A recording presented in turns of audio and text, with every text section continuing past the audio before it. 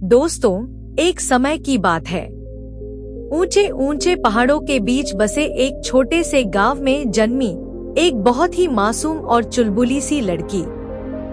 बड़ी बड़ी हिरनी जैसी आंखें, काले बालदों जैसे लंबे बाल, गोरा रंग, मुख पर चंद्रमा जैसी चमक। बहुत ही भोली और मासूम सी दिखने वाली इस लड़की का नाम था राधा। जैसे जैसे वह बड़ी हुई, उसकी सुंदरता और भी निखरती गई। लेकिन उसकी आजाद और बेपरवाह जिंदगी का तरीका गांव वालों को अक्सर खटकता था। गांव के लोग उसके चाल चलन पर शक करते थे और उसके बारे में तरह तरह की बातें किया करते थे। लेकिन राधा इन सब से बेफिक्र थी। वह केवल अपने मन की आवाज सुनने वाली लड़की थी, इसीलिए उसे किसी की परवाह नहीं थी। गांव के लोगों की बातों से अनजान एक दिन राधा जंगल में घूमने निकल पड़ी। इस जंगल के बारे में तरह तरह की डरावनी कहानियां थी। लोग कहते थे कि यहाँ भूत प्रेत का साया है, पर राधा को इन बातों से डर नहीं लगता था। उस दिन वह जंगल के भीतर काफी गहरे तक चली गई और एक छोटी सी झील के पास जा पहुंची। झील का पानी नीले मोतियों की तरह चमक रहा था और उस शांत वातावरण में एक गूढ़ रहस्य का आभास हो रहा था। तभी उसकी नजर झील के दूसरी ओर खड़े एक युवक पर पड़ी। वह युवक साधारण नहीं लग रहा था। उसके चेहरे पर एक अनजानी शांति थी, लेकिन उसकी आंखों में जैसे एक गहरा राज छुपा हुआ था। राधा को उसकी ओर कुछ खिंचाव सा महसूस हुआ। उस युवक ने मुस्कुराते हुए उसकी ओर देखा। राधा को उसकी आंखों में अजीब सी गहराई महसूस हुई, जैसे उसमें कोई अनकहा दर्द छिपा हो। बातों बातों में राधा को पता चला कि वह युवक कोई साधारण व्यक्ति नहीं, बल्कि एक राजकुमार है, जो कुछ समय के लिए अकेलेपन की तलाश में इस जंगल में चला आता है। अब वह दोनों धीरे धीरे मिलने लगे, लेकिन हर मुलाकात में राजकुमार के अंदर कुछ अनकही सी बात रह जाती, मानो वह राधा से कुछ छुपा रहा हो। राजकुमार का यह रहस्यमयी अंदाज और अनकहे से राज राधा को और अधिक उसकी ओर खींचते गए। उसके अंदर कहीं ना कहीं यह डर भी था कि यह राजकुमार उससे इस तरह जंगल में चुपके चुपके क्यों मिलता है, और वह कौन सा राज है जो वह उसे कभी खुलकर नहीं बताता। धीरे धीरे राधा ने उससे इस बारे में पूछना बंद कर दिया और बस उसकी बातों को उसके चेहरे पर पढ़ने की कोशिश करती रही। एक दिन राजकुमार ने राधा से कहा, राधा, मैं तुमसे विवाह करना चाहता हूँ, पर मेरे जीवन में एक ऐसा राज है जिसे बताना आसान नहीं है। राधा ने उसकी आंखों में झांका, लेकिन उसमें एक अजीब सी बेचैनी थी। उसके मन में संदेह तो उठा, पर प्रेम के आगे उसने अपने सारे सवाल मन में दबा लिए और उस राजकुमार को अपना वचन दे दिया कि वह हर दिन उसका इंतजार करेगी। फिर एक दिन अचानक राजकुमार उससे मिलने नहीं आया। जब कई दिन बीत गए तो राधा का दिल बेचैन हो उठा। अपने वादे के मुताबिक वह हर रोज उसी झील के पास बैठकर उसका इंतजार किया करती, लेकिन राजकुमार का कहीं अता पता नहीं था। राधा के मन में तरह तरह की शंकाएं उठने लगी और उसका दिल डर से कांपने लगा। कुछ दिन बाद राधा ने यह तय किया कि वह खुद महल जाकर राजकुमार से मिलने का प्रयास करेगी। अगले दिन छुपते छुपाते वह किसी राजमहल पहुंची, लेकिन वहां उसे पता चला कि राजकुमार का विवाह तय कर दिया गया है और महल में बड़ी धूमधाम से तैयारियां चल रही हैं। यह सुनते ही राधा के पैरों तले जमीन खिसक गई। उसे समझ नहीं आया कि क्यों राजकुमार ने उसे यह सब नहीं बताया। क्या वह सच में उससे प्रेम करता था या यह सब राजकुमार का एक खेल था? वह दुखी और निराश होकर वापस अपने गांव लौट आई। कुछ दिन बाद अचानक एक रात महल से राजकुमार उसके गांव आया। वह बेहद थका और हताश लग रहा था। उसने राधा से माफी मांगी और कहा कि वह महल की साजिशों में फंस गया है। उसने राधा को बताया कि उसका विवाह बचपन में ही एक अन्य राजकुमारी से तय कर दिया गया था और उसके माता पिता अब उस रिश्ते को तोड़ने की अनुमति नहीं दे रहे हैं। राधा को यह सुनकर लगा कि शायद राजकुमार ने उसे धोखा दिया है, लेकिन राजकुमार ने वादा किया कि वह हर हाल में उससे विवाह करेगा, चाहे इसके लिए उसे कितना ही संघर्ष क्यों ना करना पड़े। महल में राजकुमार ने अपनी माता और कुछ मंत्रियों से बात की। राजकुमार के प्रेम और उसके दुख को देखकर उन्हें राजकुमार की तकलीफ महसूस हुई। महारानी और मंत्रियों ने मिलकर राजा को समझाने की कोशिश की। उन्होंने राजा से कहा कि उनका बेटा सच्चे मन से राधा को चाहता है, इसलिए उसे उसके प्रेम से वंचित करना उचित नहीं होगा। पर राजा को यह बात आसानी से स्वीकार नहीं हुई। उन्होंने महारानी से कहा कि गांव की एक साधारण और चंचल स्वभाव की लड़की राज परिवार की मर्यादाओं का पालन नहीं कर पाएगी। महारानी ने अपने पुत्र की खातिर राजा से बार बार निवेदन किया। आखिरकार राजा ने अनमने मन से विवाह की अनुमति दे दी। राजा ने कहा कि राधा को शाही मर्यादाओं का सम्मान करना होगा और अपने चंचल स्वभाव को नियंत्रण में रखना होगा। राजा की अनुमति मिलने पर पूरे राजमहल और गांव में विवाह की तैयारियां होने लगी। विवाह की रात को भी राजमहल के हर कोने में उत्सव का माहौल था, लेकिन कुछ दरबारी अब भी आपस में फुसफुसा रहे थे। क्या वह गांव की लड़की महल के तौर तरीकों में खुद को ढाल पाएगी? क्या वह सचमुच एक आदर्श राजकुमारी बन सकेगी? शादी के बाद राधा का जीवन पूरी तरह से बदल गया। अब वह एक साधारण लड़की नहीं रही, बल्कि एक राजकुमारी बन चुकी थी। महल में उसकी हर गतिविधि पर नजर रखी जाने लगी। उसने अपनी आजादी को धीरे धीरे खोते हुए महसूस किया कि उसका चंचल स्वभाव और बेफिक्र अंदाज अब उसे एक बंदिश सा लगने लगा था। महल में धीरे धीरे बातें होने लगी कि राधा महल की गरिमा के अनुसार नहीं ढल पा रही है।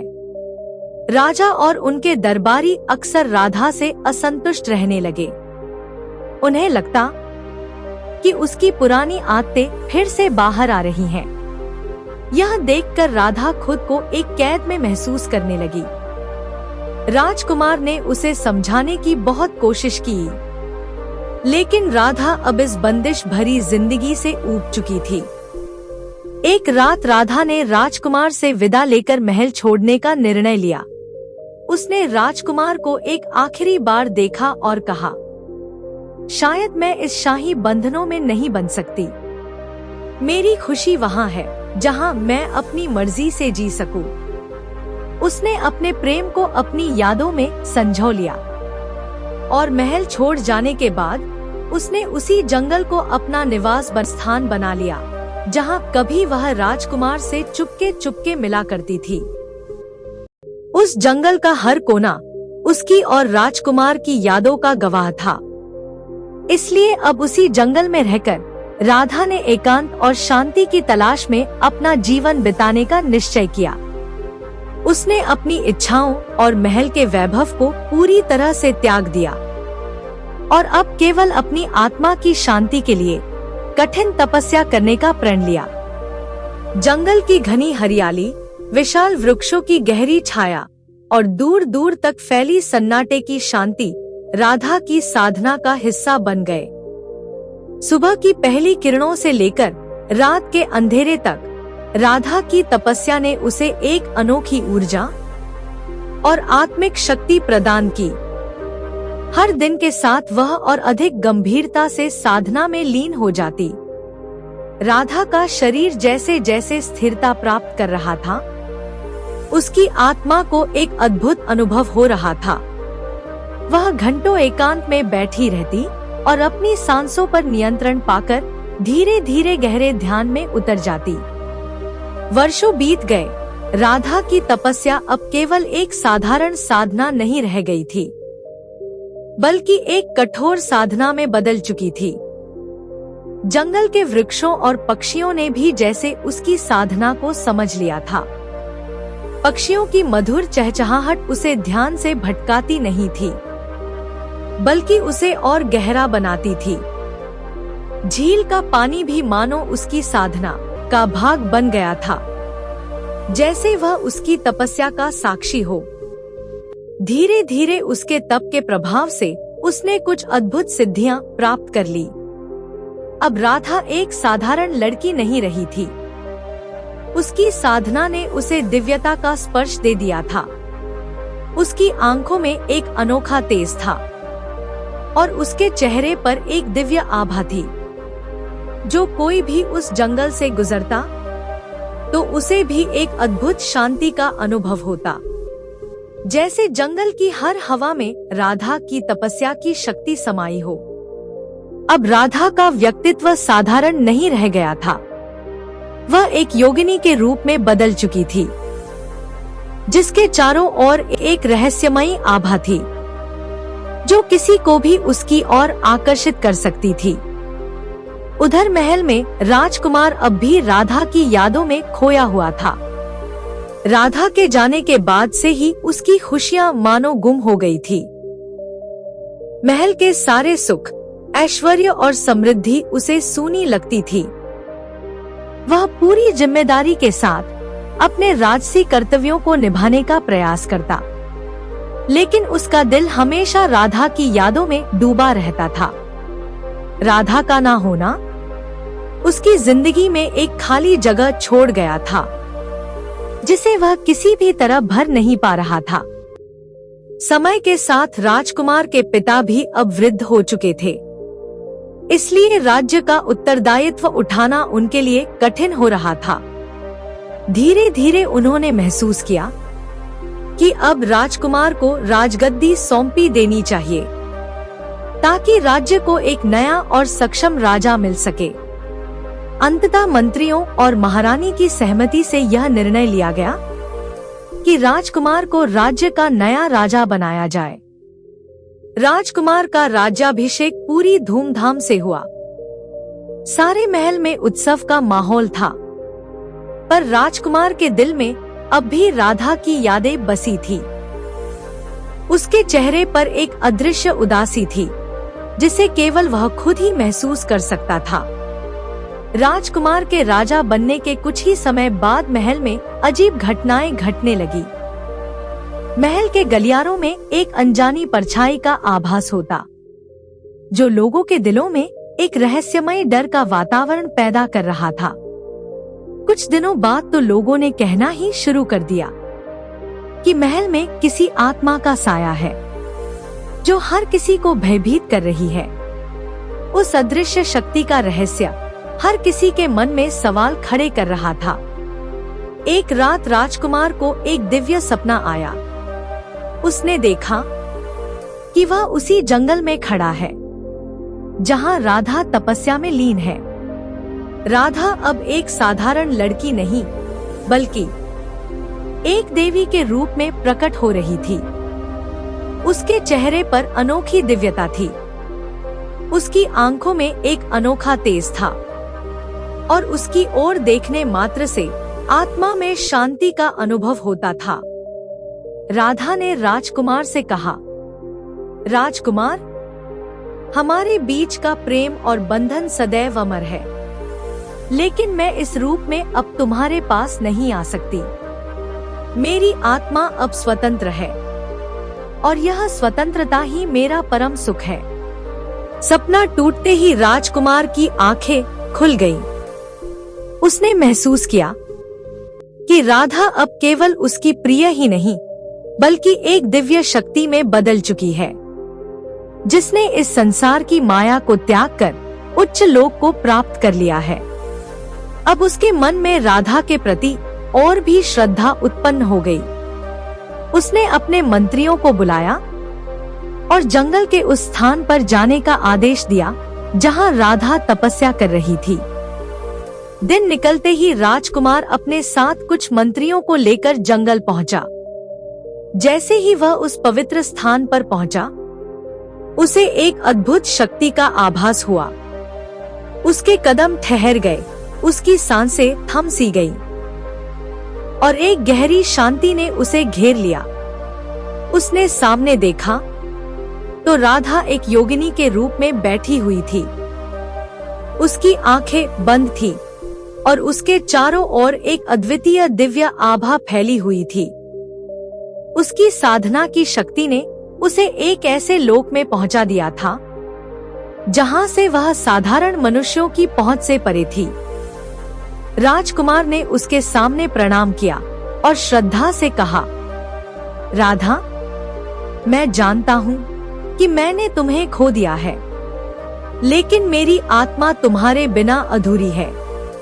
राधा ने अपनी आंखें खोलते हुए हल्की सी मुस्कान के साथ कहा, राजकुमार, प्रेम ने मुझे इस दिव्य मार्ग पर ला दिया है। मेरी आत्मा अब इस संसार के हर बंधन से मुक्त है। मैं हमेशा तुम्हारे पास हूँ। तुम्हारा प्रेम ही मेरी शक्ति बन गया।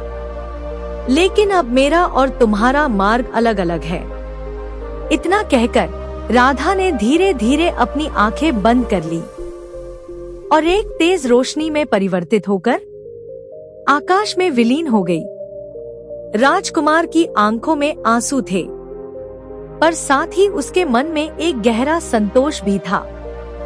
वह समझ गया था कि राधा अब एक दिव्य शक्ति बन चुकी है, जो हमेशा उसकी आत्मा में बसी रहेगी और हर समय उसके साथ रहकर उसकी रक्षा करेगी। महल लौटने के बाद राजकुमार ने राधा की स्मृति में एक भव्य मंदिर बनवाया और उसे देवी के रूप में पूजने का निश्चय किया। अब उसने जान लिया था कि सच्चा प्रेम किसी को हासिल करने में नहीं, बल्कि उस प्रेम को आजाद करने में है, और उसका यही त्याग उसे राधा की दिव्य उपस्थिति का अनुभव कराता था। अब वह एक सच्चे और न्यायप्रिय राजा के रूप में राज्य का शासन करने लगा और अपने जीवन को पूरी तरह से राधा की स्मृति में समर्पित कर दिया।